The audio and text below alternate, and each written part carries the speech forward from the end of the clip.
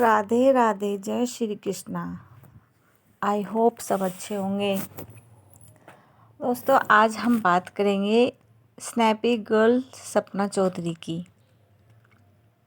जैसे कि आप सब जानते हैं, उसकी लाइफ में इतना उथल पुथल चल रहा है कि हर किसी के बस की उसे बर्दाश्त करना नहीं है। और भगवान से प्रेयर करती हूँ कि भगवान इतना दुख किसी को ना दे जितना उस लड़की को दुख दिया है। शायद ऐसे नहीं है दुख कोई ही बर्दाश्त कर पाए, और बर्दाश्त तो करना ही पड़ता है। जब भगवान ऐसी चोट लगा देता है, ऐसे दुख हमारे जीवन में दे देता है, तो हमें ना चाहते हुए बर्दाश्त करना पड़ता है, क्योंकि हमारे पास कोई दूसरा ऑप्शन नहीं होता।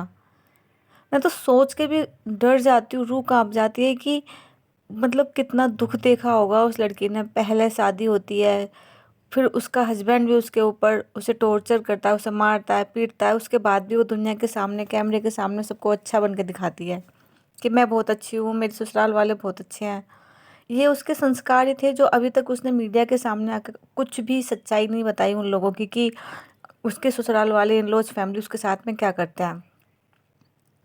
फिर वो भगवान की ऐसी मर्जी थी कि वो सूरज जी, उसके पहले हस्बैंड, कोरोना में एक्सपायर हो जाते हैं, और किसी न किसी रीज़न की वजह से उसकी दूसरी शादी उसके छोटे देवर राजवीर जी से हो जाती है।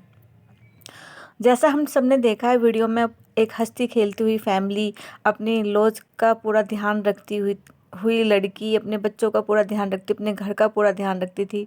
कैमरे के सामने सब कुछ यही दिखाई देता था, पर इसका मतलब यही नहीं है कि जो कैमरे के सामने दिखाई दे रहा है वो कैमरे के बाद भी हो। लेकिन जब बातें सर के ऊपर से जाने लगती है, पानी सर के ऊपर चला जाता है, तो वो ऐसा नहीं हो जाता है, बर्दाश्त ना करने वाला हो जाता है। और यही चीज़ सपना चौधरी की लाइफ में भी हुई।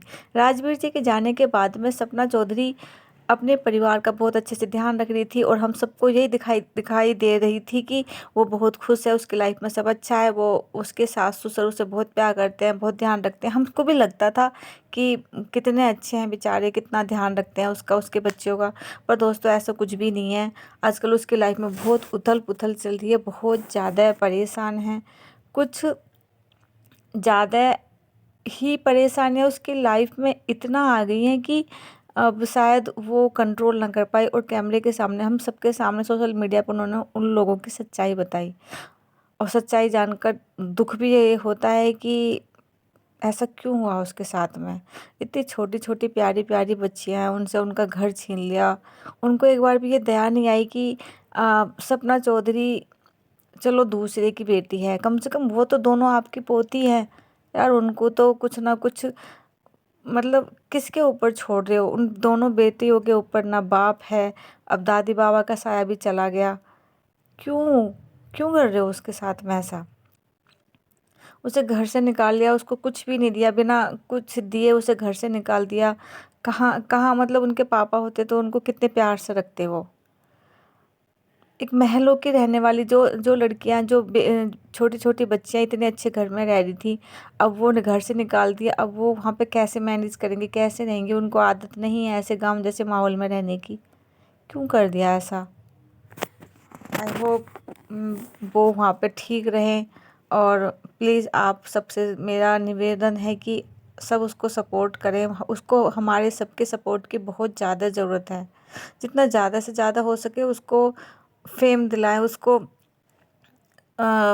हेल्प करें, सपोर्ट करें, ताकि वो अपने बच्चों को एक अच्छी लाइफ दे पाए, और अपने सास ससुर, अपनी फैमिली वालों का ये भ्रम तोड़ सके कि अगर वो सपोर्ट नहीं करेंगे तो वो कुछ नहीं कर पाएगी लाइफ में। उसने अपनी लाइफ में बहुत दुख देखा है। मैं तो चाहती हूँ कि वो इतने ऊपर तक जाए, इतने ऊपर तक जाए कि लोग देखते रह जाएं कि इसने हमारे बिना ये सब कैसे पॉसिबल कर लिया।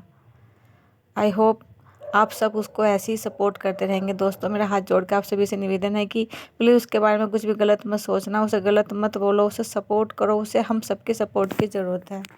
जय श्री कृष्णा। राधे राधे।